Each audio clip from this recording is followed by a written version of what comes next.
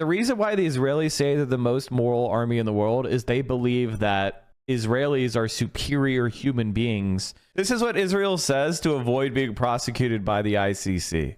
They say, oh, we're investigating. We swear we're investigating. We swear. And there are so many centrist Dems that want to punch left because that's all they know what to do. And instead of having humanity and saying, please do the ceasefire, Kamala, please, they want to do this weird infighting shit. And I don't even understand it because, like, Kamala Harris hasn't indicated that's what she wants. Mike. I don't know who you are.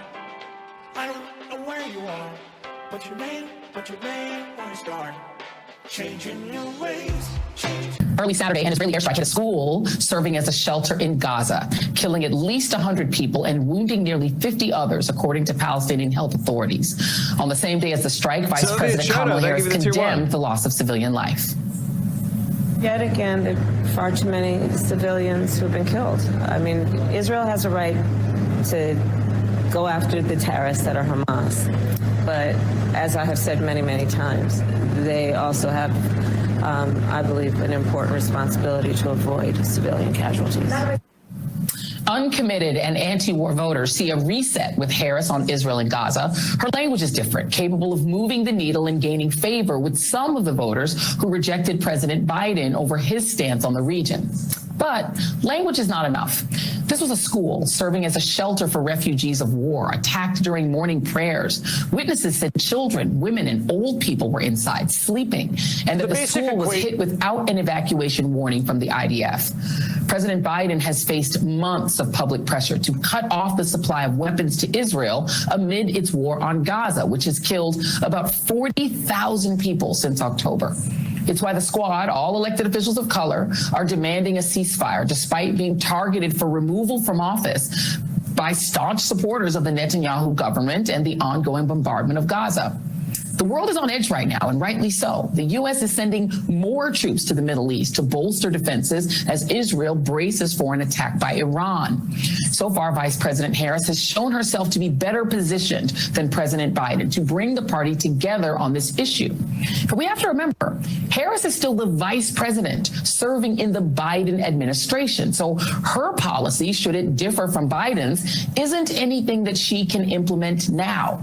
Though it's absolutely fair for people to ask, why are we giving bombs to Israel? And would she keep that policy in place as president? These questions will surely be visible during the Democratic National Convention next week. And how the party answers could impact the election, not to mention the lives of so many Palestinians who have suffered for much too long. For God's sake, this needs to end. And that is tonight's readout. Good for her.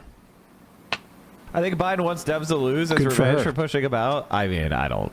That's in the 7 o'clock hour. I hope somebody hears that. I don't know if they'll act on it. This story out of Haaretz, the Israeli media. Israeli army uses Palestinian civilians to inspect potentially booby-trapped tunnels in Gaza. There's another way of saying that. The Israelis are using innocent Palestinians as human shields. And there's probably even another way of saying that, because when we hear that supposedly Hamas uses Palestinians as human shields, and therefore everything Israel does in killing Palestinian children, women, men, civilians, blowing up hospitals, blowing up schools, blowing up universities, blowing up 60-70% of the housing in that country, blowing up water treatment facilities, stopping aid. All that is because of Hamas's fault, because they're using Palestinian civilians as shields. In other words, don't shoot us because you'll shoot these innocent civilians. Well, in this case, that's not what's going on here. They are literally, the Israelis are literally using innocent Palestinians as basically cannon fodder. Our lives are more important than their lives. Gazans not suspected of terrorism are detained and sent. And first of all, do you know how completely innocent you need to be as a Palestinian to not be suspected of terrorism if you live in Gaza? Their rules of engagement are if you're a male, you can get fired at, period. Right. Yeah. They just kill anyone who's like 15. This is from the Israeli press, older. Haaretz. Gazans not suspected of terrorism are detained and sent as human shields to search tunnels and houses before IDF soldiers enter with the full knowledge of senior Israeli officers, several sources say. IDF claims this practice is forbidden. They claim this to maintain their self-described title Morality. of being the most moral army in the world. They forbade the Hannibal Directive in the mid-aughts or 2010s, and apparently that was and Israeli press has already. By the way, Chad, I want to say, like, the reason why the Israelis say they're the most moral army in the world is they believe that Israelis are superior human beings, and we're all scum. We're all lesser. We're all subhuman. And so as long as an Israeli is not being killed, then it doesn't matter. It's not a human being killed. They're supremacists. Reported that they, in fact, did engage the Hannibal Directive, which is to kill any Israelis, whether they are military or not, who look like they may be taken prisoner. At first, it's hard to recognize them, the piece writes. They're usually wearing Israeli uniforms. Many of them are in their 20s, and they're always with Israeli soldiers of various ranks. In other words, they dress them up as Israeli soldiers. But if you look more closely, you see most of them are wearing sneakers, not army boots. And their hands are cuffed behind their backs, and their faces are full of fear. The soldiers call each of them a sha'ish, an obscure Arabic word of Turkish origin meaning sergeant. Random Palestinians have been used by Israeli army units in the Gaza Strip for one purpose: to serve as human shields for soldiers during operations. We, I think, played a clip of some of this that may have come from Al Jazeera, if I remember correctly, months ago. And at that time, there seemed to be no one paying attention. Quote, "Our lives are more important than their lives," quote, soldiers were told. The thinking is it's better for the Israeli soldiers to remain alive and for the Sha'ashim to be the ones blown up by an explosive device. This description is one of many obtained by Haaretz, some from combat soldiers, other from commanders. The picture that emerges: in recent months, Israeli soldiers have used human shields in this way all over Gaza. Even the chief of staff's office knows it. Soldiers choose Gazans for the missions and bring them to the brigades and battalions operating in the Strip. There is pride in it, said a source who took part in some of the, quote, locating work. Quote, "The senior ranks know about it," the source said. The army has played innocent, despite footage shown on Al Jazeera about 2 months ago. Israeli soldiers can be seen dressing Palestinian detainees in uniforms and flak jackets, putting cameras on them and sending them into badly damaged houses and tunnel entrances with their hands bound by plastic ties. The Americans are furious, according to this. Through Vendon Patel, a State Department spokesperson, has said that the Israeli Defense Forces is investigating the incidents and that they're investigating the incidents. This is what Israel says to avoid being prosecuted by the ICC. They say, "Oh, we're investigating. We swear we're investigating. We swear." And they use that as a way of trying to prevent further investigations. They don't care. It's a lie. Evidence in the videos does not reflect the IDF values and violates rules and regulations. You know that thing that we keep hearing on the campaign thing, when they tell you who they are, believe them? Quote, "When I saw the report from Al Jazeera, I said, yes, it's true." End quote. A combat soldier in conscript IDF brigade who took part in the use of Gazans as human shields told Haaretz. And then I saw the IDF's response, which totally doesn't reflect reality. It's done with the knowledge of the brigade commander at the least. About 5 months ago, 2 Palestinians were brought to us. One was 20, the other was 16. 16 years old.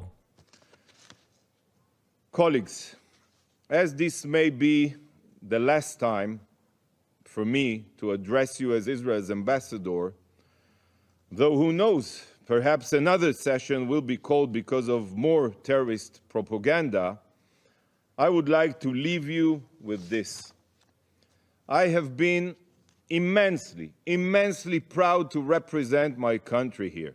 The most moral country in the world. The most moral country in the world. You listen, Palestinian representative, in this warped place. I hope one day you will also see the bias and perversion of morality here. And I pray that you will see the truth. The terrorist organization that this guy represents here and tyrannical regimes should be condemned, not protected, and that Israel should be praised.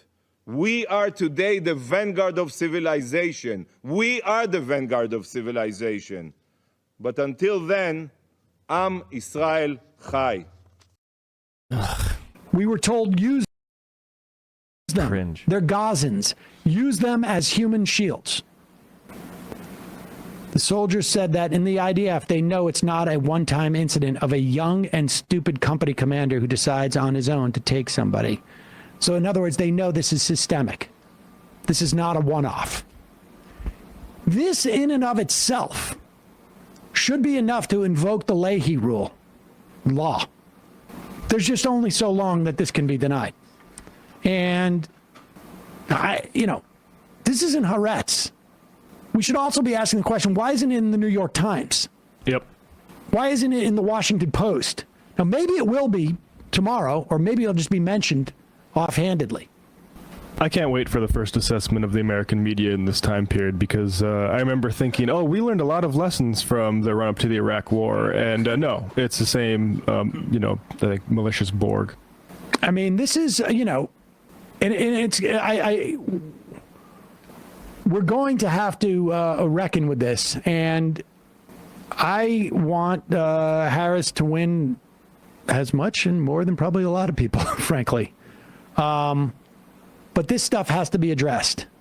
And Harris campaign, I think ultimately, although it's unclear, it's really just going to be depending on how big of a story this becomes, is going to have to get a little closer to the line of where they perceive it's going to create some damage on their campaign or whatever reason.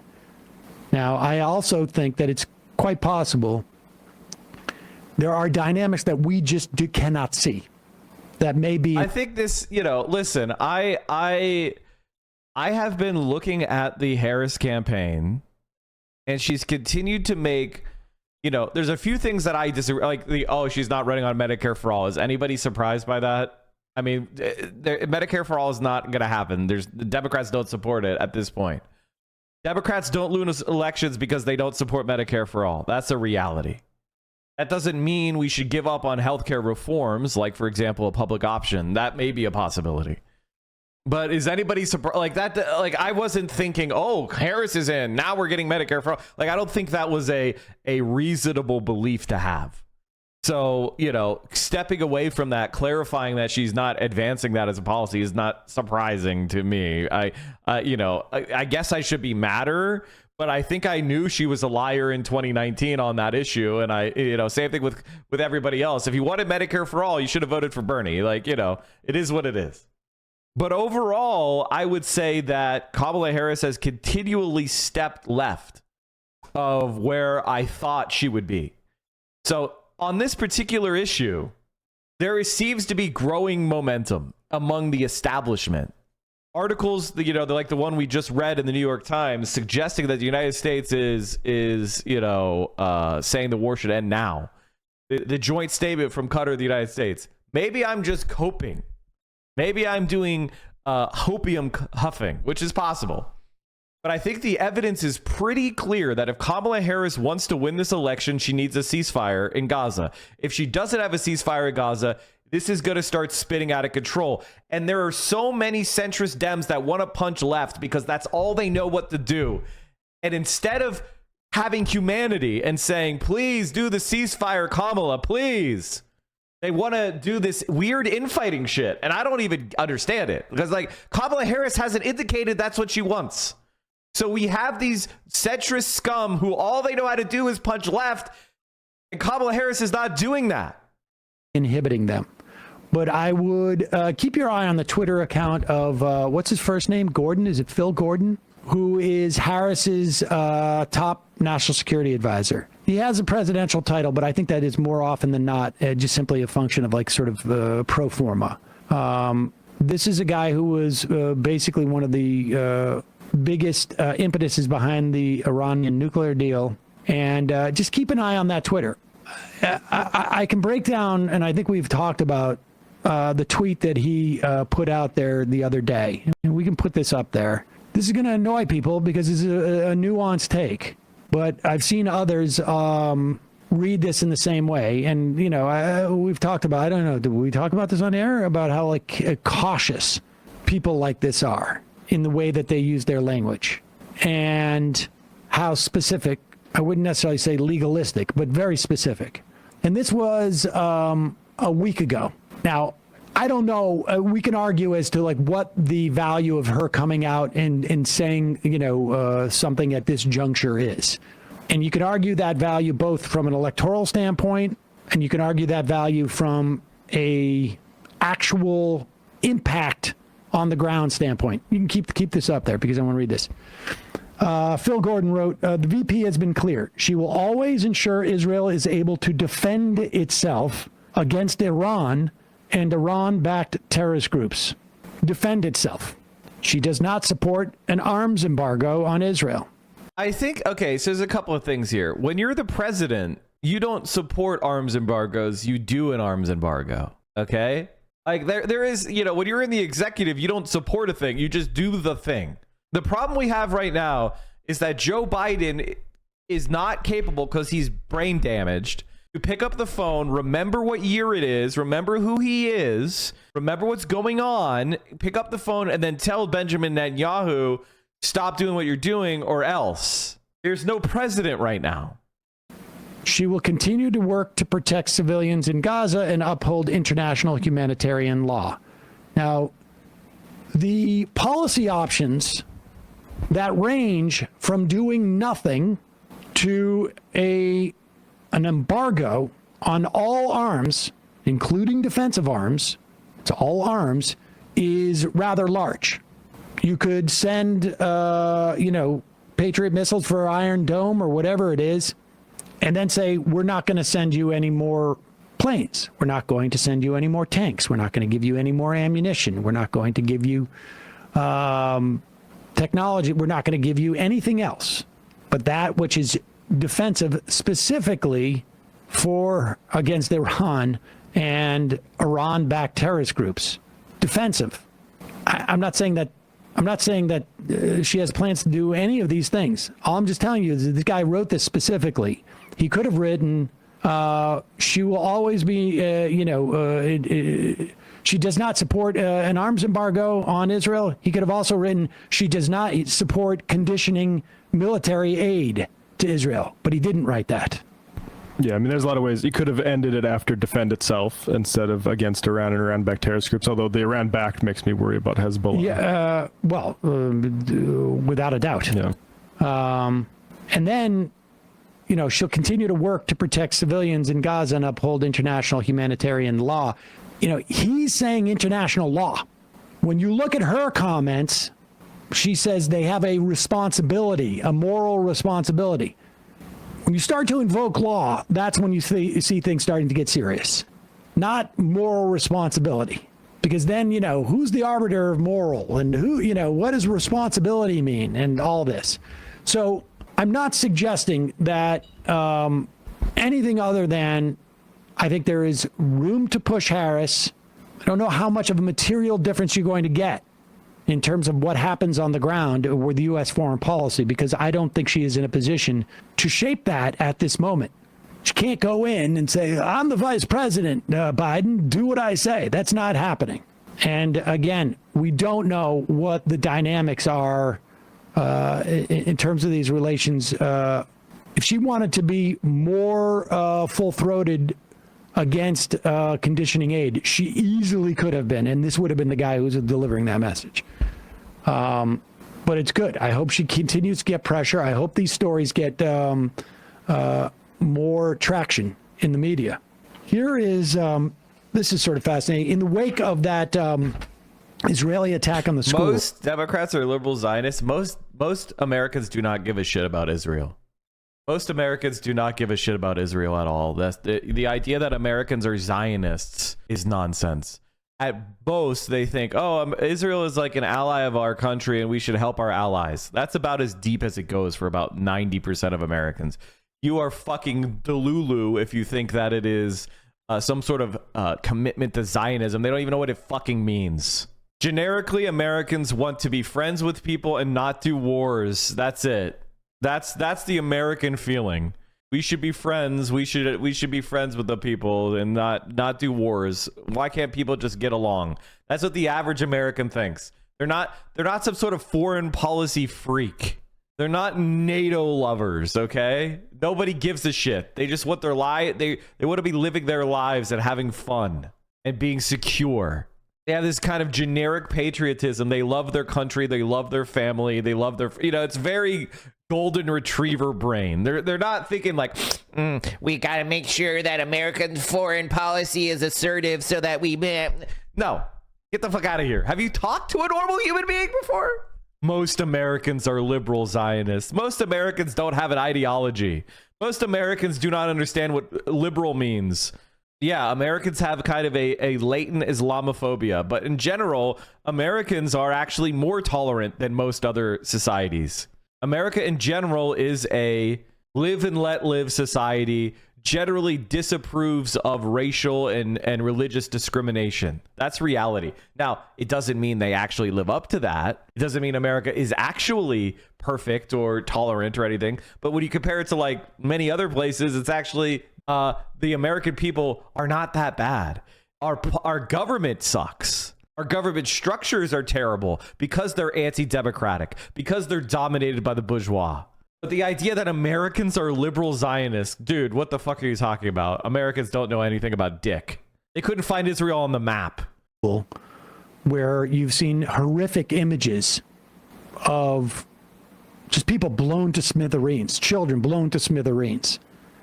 Sky News, Jane Secker, I don't know if we've ever seen anything. She did, speaking with an Israeli spokesperson, David Menser. We have two clips.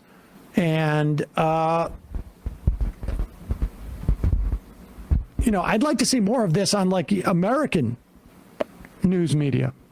Go ahead. But what about the other 81 is my point. There aren't any 81. That's the truth of the matter. There aren't any. That is not what charities are saying there. Right. So unfortunately, lots of people like UNRWA, which is also a charity, they actually participated in the this is Save the Children. This isn't UNRWA. So I don't know about Save the Children, but what I know is this is a PR battle. I've given you our intelligence. We know that 19 were killed. We're looking into if there were any other collateral damage, which of course we'll apologize for if that is the case. But what I'm telling you is we can say categorically when we fired these precise munitions, calibrated perfectly to get precisely to the terrorists, to make sure there aren't any civilian casualties, there weren't any other civilians in the area. So any other ideas which might come afterwards, it's incumbent on world media to be critical, to look at these issues with a critical eye, because Hamas have a history of lying. I mean, none of us here in Israel are surprised. They raped our families, they burnt whole families alive. It's no big surprise that they happen to be liars as well. But I understand for Western media. All right, first off, she's not citing Hamas. Let's just take this the low-hanging fruit here. She's citing Save the Children. The guy admits this is a public relations war. Then he goes on to say Hamas lies, Israel lies. They lied about the Hannibal Directive. I'm just going by what the Israeli press says. They lied about using Palestinians as human shields. This is just what we talked about today. This is just what we talked about today. That was reported in the Israeli press.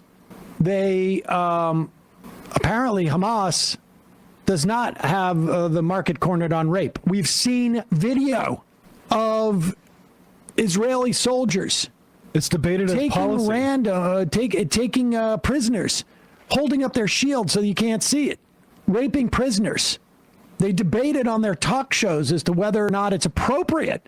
We saw riots Israeli civilians crashing through the gates of bases where they didn't even want the scapegoats to be to have to face accountability. Never mind, you don't have 15 Israeli soldiers holding up their shields in front of the video cameras to obscure what's going on and say, well, it's just a few bad apples.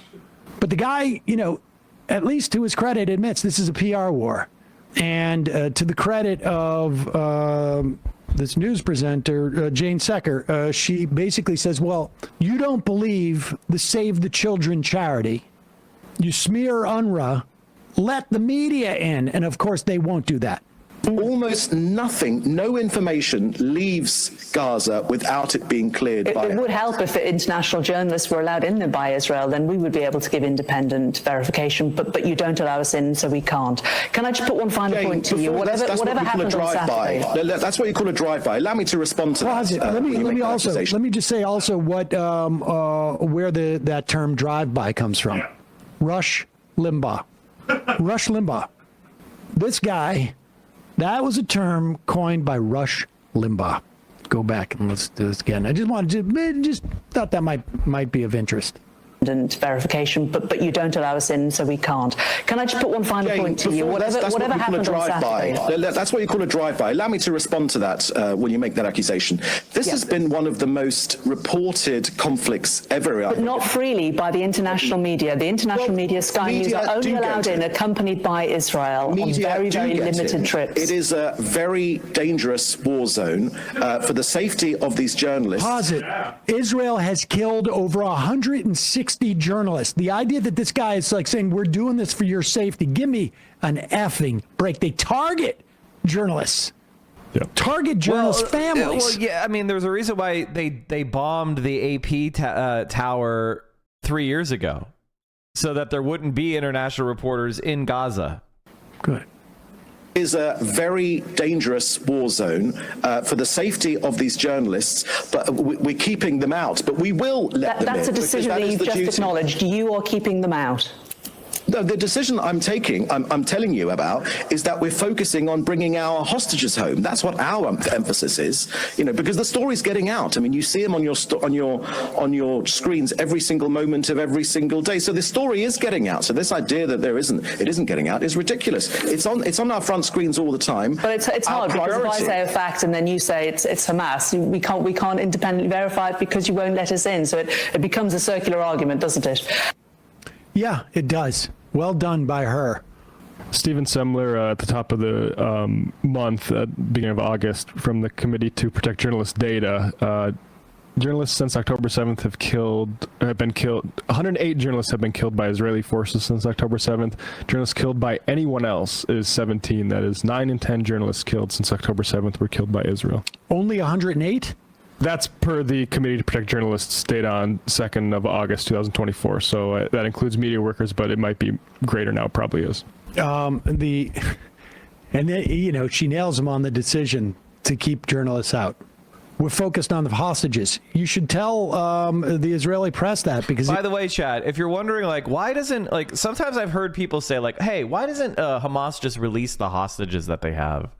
And that'll own Israel, because Israel will keep the war going, and all the hostages will be sent home, and it'll own Israel. Well, the answer to that is because if Hamas releases all the hostages, then Israel will use chemical weapons on Hamas. Israel will use chemical weapons and pump it into the tunnels of Gaza. So when there's hostages down there, Israel can't do it, because if the hostages die, right, and their bodies are recovered and they're all killed from a nerve agent or a blood agent, then the fact that Israel is using illegal chemical weapons would be exposed to the world. So Israel can't use chemical weapons while the hostages are there. So the hostages are there, yes, to help shield Hamas, to prevent a greater war crime from happening. And then Israel will, even after Israel clears the tunnels and uses chemical weapons and other environmentally damaging strategies like pumping seawater into the groundwater, that won't end the war either. because, oh, this person was related to Hamas, so we need to bomb that person. And you know, it's just a continual spiral. But why would they care? They've already bombed them. Because if a hostage dies violently, there's plausible deniability. If all of the hostages die at once of chemical weapons, then there's not plausible deniability. The Israeli press doesn't believe that. New documents have shown that every time they get close to a ceasefire deal to release the hostages, Netanyahu steps in and changes the deal. Total victory time. They don't want a deal, and they also don't want to find out why X number of hostages have died in Gaza. They've died because of Israeli weapons blowing them up, or in some cases, actually, Israelis shooting them. What's the source on that? It's just it's been discussed that Israel wants to use riot agents and other chemical weapons in the tunnels. So yeah, they've also talked about pumping seawater into them, which would obviously destroy territory because you would pollute the groundwater with salt water, making it inhospitable to humans. No idea who Mike is. Mike. I don't know who you are. I don't know where you are. But your name, wanna start changing your ways.